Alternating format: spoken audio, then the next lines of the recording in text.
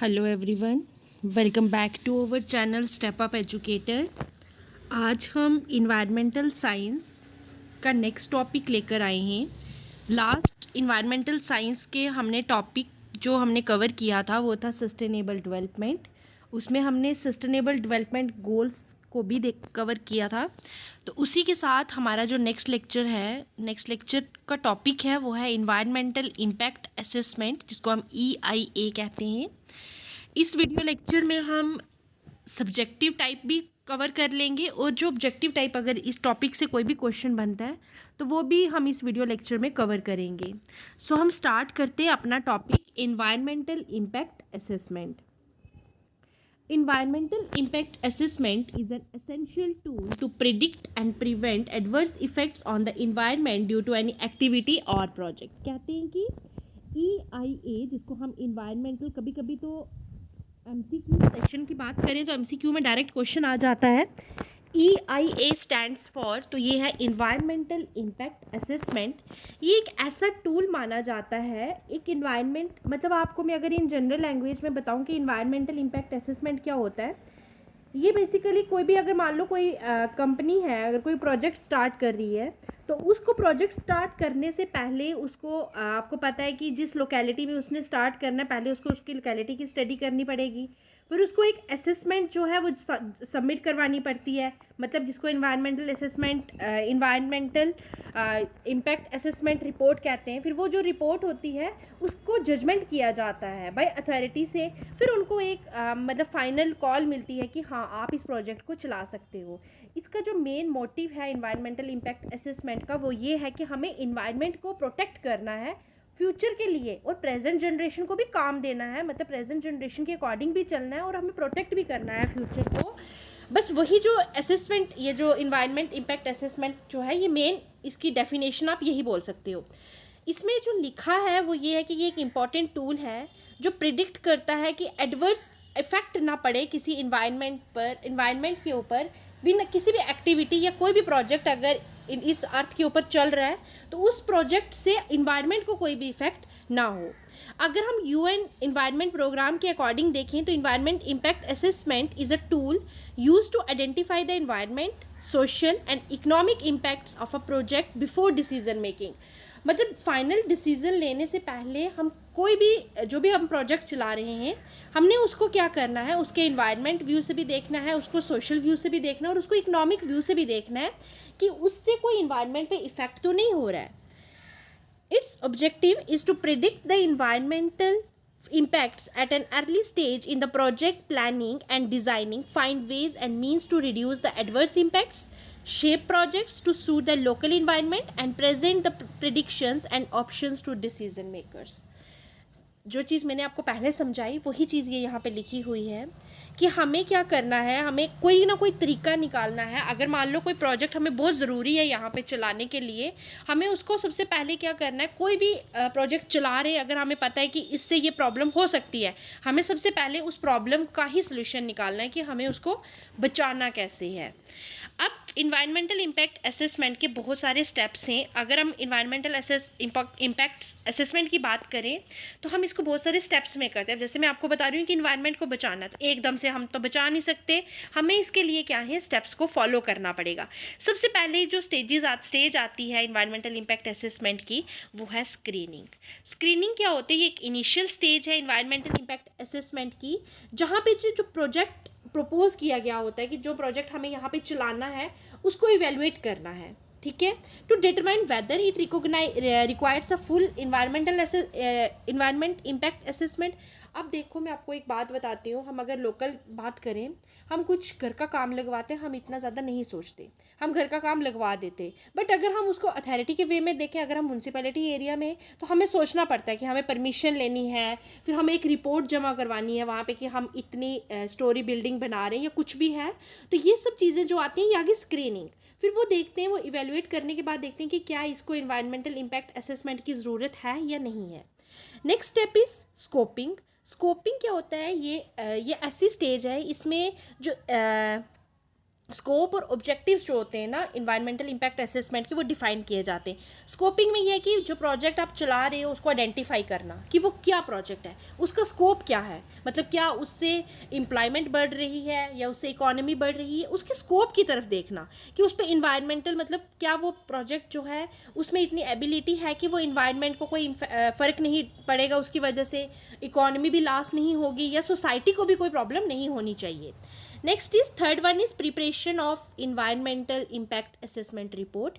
इस स्टेज में क्या होता है कि डिटेल्ड रिपोर्ट बनाई जाती है, किसके लिए, इस एस्पेक्ट प्रोजेक्ट की, जो भी प्रोजेक्ट आप स्टार्ट कर रहे हो उसकी डिटेल्ड रिपोर्ट बनती है, the significance of the impacts, और देखा जाता है कि जो ये प्रोजेक्ट चला रहे हैं इसकी इंपॉर्टेंस क्या है। The environmental impact assessment report is typically prepared by environmental experts based on data collected during field investigation. अब क्या होता है कि ये जो environmental impact assessment report होती है इसको बनाता कौन है, इसको बनाते हैं environmental experts बनाते हैं। किसके ऊपर बेस पे, डाटा कलेक्शन के बेस पे, जो उन्होंने उस फील्ड पे विजिट करके जो भी डाटा कलेक्शन की है उसके बेसिस पे एक रिपोर्ट बनाई जाती है जिसको हम environmental impact assessment report कहते हैं। Next step is making an application and consultation.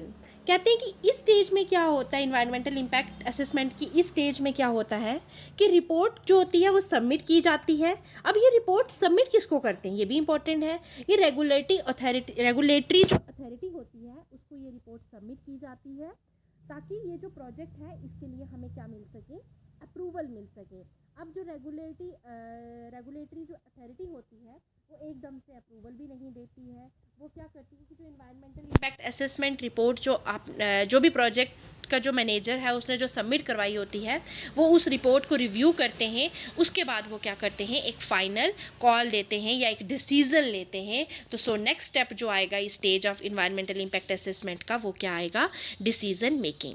Decision making की बात करें तो वो क्या होता है कि पब्लिक कंसल्टेशन इस प्रोसेस में होती है। डिसीजन मेकिंग जो है ये रेगुलेटरी अथॉरिटी ही नहीं करती है, इसके साथ पब्लिक की भी क्या पार्टिसिपेशन बहुत ज़रूरी होती है। पब्लिक की पार्टिसिपेशन इन द वे, अब मान लो किसी सोसाइटी में एक ऐसा प्रोजेक्ट हम स्टार्ट कर रहे हैं तो हम सोसाइटी से भी पूछेंगे, जो उसकी लोकेलिटी है उनसे भी बात करेंगे कि क्या ये आप इसके फेवर में हो या नहीं हो। The regulatory authority will decide whether to approval, reject और request modification to the project proposal. फिर जो भी रेगुलेटरी अथॉरिटी होगी वो देखेगी कि क्या इस प्रोजेक्ट को प्रपोज करना चाहिए या फिर हम इसको रिजेक्ट कर दें, या फिर जो भी प्रोजेक्ट मैनेजर है उसको हम एक ऐसा फॉरवर्ड करें कोई मैसेज कि आपको इस प्रोजेक्ट में इस बदलाव को लाने की ज़रूरत है या फिर हमें इस चेंज को लाना है। नेक्स्ट आता है पोस्ट डिसीजन। मान लो कि एक बार उन्होंने डिसीजन ले लिया कि आप प्रोजेक्ट को स्टार्ट कर दो, आपका प्रोजेक्ट जो है ये इन्वायरमेंट फ्रेंडली है।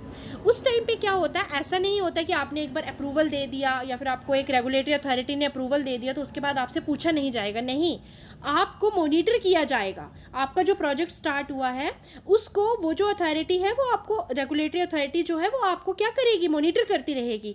हो सकता है वो सरप्राइज विजिट्स के लिए आ जाए। तो ये सब स्टेजेस जो थी ये क्या थी, हमारी इन्वायरमेंटल इम्पैक्ट असेसमेंट की जो स्टेजेस हैं कि फर्स्ट स्टेज हमने कवर की screening, then scoping, then preparation of environmental impact assessment report, then making an application and consultation, then decision making and the last is post decision. अब इसके बाद आप देख पा रहे होगे मैंने ये लिखा हुआ है salient features of 2006 amendments to environmental impact assessment notification. अब जो इन्वायरमेंटल इम्पैक्ट असेसमेंट ये जो स्टेजेस थी या फिर जो भी रेगुलेटरी अथॉरिटी होती थी वो इन स्टेजेस को फॉलो करते थे। क्या हुआ था कि 2006 में इसमें कुछ चेंजेस लाए गए, मतलब अमेंडमेंट का मतलब होता है चेंज लाना। क्या होता है अमेंडमेंट का मतलब, चेंजेस लाना। तो इन्वायरमेंटल इम्पैक्ट अगर असेसमेंट नोटिफिकेशन 2006 की बात करें, उन्होंने क्या किया था, इन प्रोजेक्ट्स को 2 कैटेगरीज में डिवाइड कर दिया था और उन कैटेगरीज को उन्होंने डिस्टिंग्विश किया था, category A and category B. और कैटेगरी ए जो थी वो नेशनल लेवल के प्रोजेक्ट्स के लिए बात करती थी और जो कैटेगरी बी थी वो स्टेट स्टेट लेवल जितने भी प्रोजेक्ट्स होते थे वो उनके बारे में बताते थे। अब जो कैटेगरी ए के प्रोजेक्ट्स थे वो नेशनल लेवल जो भी प्रोजेक्ट्स थे उनको रिव्यू करने में कैटेगरी ए फॉलो करते थे by impact assessment agency and expert appraisal committee. ये जो कमेटीज़ थी ये क्या करती थी, उनको रिव्यू करती थी। और category B project reviews at state level, और जो कैटेगरी बी जो थी ये स्टेट लेवल की बात करती थी। नेक्स्ट अगर देखें, जब 2006 में अमेंडमेंट हुई उसके बाद एक और नोटिफिकेशन रिलीज़ हुई जो रिसेंटली ही हुई है 2020 में।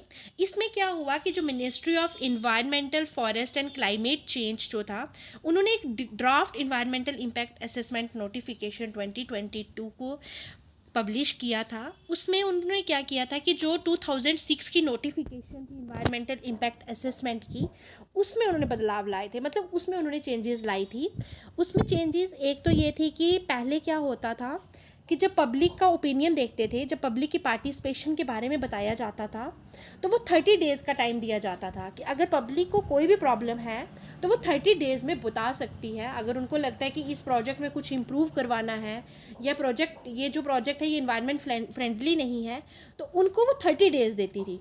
जब 2020 की रिपोर्ट आई उस टाइम पे क्या हुआ कि इसके जो डेज़ थे वो रिड्यूस करके 30 डेज़ से वो 20 डेज़ कर दिए गए कि अब जो भी इन्वायरमेंटल इम्पैक्ट असेसमेंट का जो मैकेनिज़्म चलेगा वो 30 डेज़ नहीं, वो अब 20 डेज़ चलेगा पब्लिक पार्टिसिपेशन के लिए। और जो सेकंड चेंज ये लाया गया, पहले क्या होता था कि जो इन्वायरमेंटल इम्पैक्ट असेसमेंट की जो रिपोर्ट होती थी वो 6 महीने में एक बार दी जाती थी, मतलब साल में 2 बार दी जाती थी। बट अगर हम न्यू ड्राफ्ट की बात करें जो इन्वायरमेंटल इम्पैक्ट असेसमेंट नोटिफिकेशन 2020 की थी उसमें ये बताया गया कि अब जो इन्वायरमेंटल इम्पैक्ट असेसमेंट रिपोर्ट है वो हर साल में एक बार दी जाएगी। ये सब चीज़ें थी, ये कुछ इम्पॉर्टेंट नोटिफिकेशंस थे। कभी कभी अगर आप कॉम्पिटिटिव एग्ज़ाम की बात करो, जैसे कोई भी इन्वायरमेंट के रिलेटेड कोई भी एग्ज़ाम होता है तो आप वहाँ पे आपसे क्वेश्चन ये पूछा जा सकता है कि जो न्यू ड्राफ्ट था इन्वायरमेंटल इम्पैक्ट असेसमेंट नोटिफिकेशन का वो कब पब्लिश किया गया।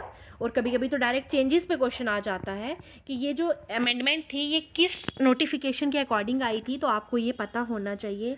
ये जो 2 अमेंडमेंट्स थी ये बहुत इंपॉर्टेंट थी, ये मैंने आपको कवर करवा दी है। अब लास्ट में हम देखेंगे कि इन्वायरमेंटल इम्पैक्ट असेसमेंट की इम्पोर्टेंस क्यों है। ये हम देखते हैं कि हमें ये असेसमेंट बनानी चाहिए। क्यों? क्योंकि ये सबसे पहले तो ये है कि ये इन्वायरमेंट मैनेजमेंट के लिए बहुत इंपॉर्टेंट टूल है। सेकंड, अगर हम बात करें कि इन्वायरमेंटल इम्पैक्ट असेसमेंट जो है ना, इसके अकॉर्डिंग जो भी डेवलपमेंटल प्लान बनता है वो इन्वायरमेंट फ्रेंडली होता है। और इन्वायरमेंटल इम्पैक्ट असेसमेंट ये ट्रांसपेरेंट प्रोसेस है जो एनकरेज करता है स्टेक होल्डर्स को और पब्लिक एंगेजमेंट को, मतलब पब्लिक की पार्टिसिपेशन जो होती है वो भी इन्वायरमेंटल इम्पैक्ट असेसमेंट में मेंशन्ड है और वो भी बहुत ज़रूरी है। अब लास्ट जो है इन्वायरमेंटल इम्पैक्ट असेसमेंट का है वो है डिसएडवांटेजेस, मतलब इसके ड्रॉबैक्स क्या है। सबसे पहले तो आपको पता है कि ड्रॉबैक ये है कि बड़ा टाइम कंज्यूमिंग प्रोसेस है, ये कॉस्टली है क्योंकि इसमें पहले आपको रिव्यू लेना है, फिर रिपोर्ट बनानी है, देन उसके बाद फाइनल डिसीजन मिलेगा, वो रिजेक्ट भी हो सकता है, वो अप्रूव भी हो सकता है। तो ये सब चीज़ें इसकी डिसएडवांटेजेस आ गई कि ये क्या है, टाइम कंज्यूमिंग है और कॉस्टली है। ठीक है, it involves data collection, analysis, public consultation. Delays in the assessment phase can result in project postponements and increased expenses। बोलते हैं कि मान लो अगर किसी की असेसमेंट फेज डिले हो जाता है, इससे क्या होगा कि जो प्रोजेक्ट आज स्टार्ट होना था वो हो सकता है कुछ दिन और डिले हो जाए, मतलब पोस्टपोन हो जाएगा। और पोस्टपोन होने की वजह से क्या होगा, उनके एक्सपेंसेस भी बढ़ते जाएंगे। Environmental impact assessment requires expert judgments to assess potential environmental impacts। अब इन्वायरमेंटल इम्पैक्ट्स को स्टडी करने के लिए, अब कोई भी प्रोजेक्ट हमें स्टार्ट करना है, हम उसके इम्पैक्ट्स कैसे बता सकते हैं। कोई जजमेंट करने के लिए आपको कोई एक्सपर्ट भी चाहिए, आपने उसको भी पेमेंट करनी है, तो इट मीन्स ये हर तरीके से ये चीज़ क्या है, कॉस्टली है। तो इन्वायरमेंटल इम्पैक्ट असेसमेंट के अकॉर्डिंग अगर हम कोई प्रोजेक्ट स्टार्ट करते हैं वो कॉस्टली भी होता है और वो टाइम कंज्यूमिंग भी होता है। ये था हमारा टॉपिक इन्वायरमेंटल इम्पैक्ट असेसमेंट। छोटे से टाइम पीरियड में ही हमने ये जो लेक्चर है ये हमने कवर कर दिया है। आपको अगर तो सब्जेक्टिव क्वेश्चन आ जाता है, कभी कभी तो पूछा जा सकता है डिफाइन इन्वायरमेंटल इम्पैक्ट असेसमेंट, आप तो ये सारा लिखना पड़ेगा। अगर तो मल्टीपल चॉइस क्वेश्चन आ जाते हैं, मैंने आपको एमसीक्यू सेशन के टाइप में भी सारा करवा दिया है। मैं आपका जैसे ही ये वाला चैप्टर कंप्लीट होगा इन्वायरमेंटल साइंस का, तो मैं आपको इसके अकॉर्डिंग एक मल्टीपल चॉइस क्वेश्चन के लिए भी एक वीडियो लेक्चर लेके आऊँगी, ताकि आपको कोई भी प्रॉब्लम नहीं हो कि इस टॉपिक से एमसीक्यूज़ क्या क्या बन सकते हैं। तो इसी के साथ हमारा ये वीडियो लेक्चर ख़त्म हुआ। अगर आपको ये वीडियो अच्छी लगी हो तो लाइक शेयर और सब्सक्राइब ज़रूर करें। Thanks for watching.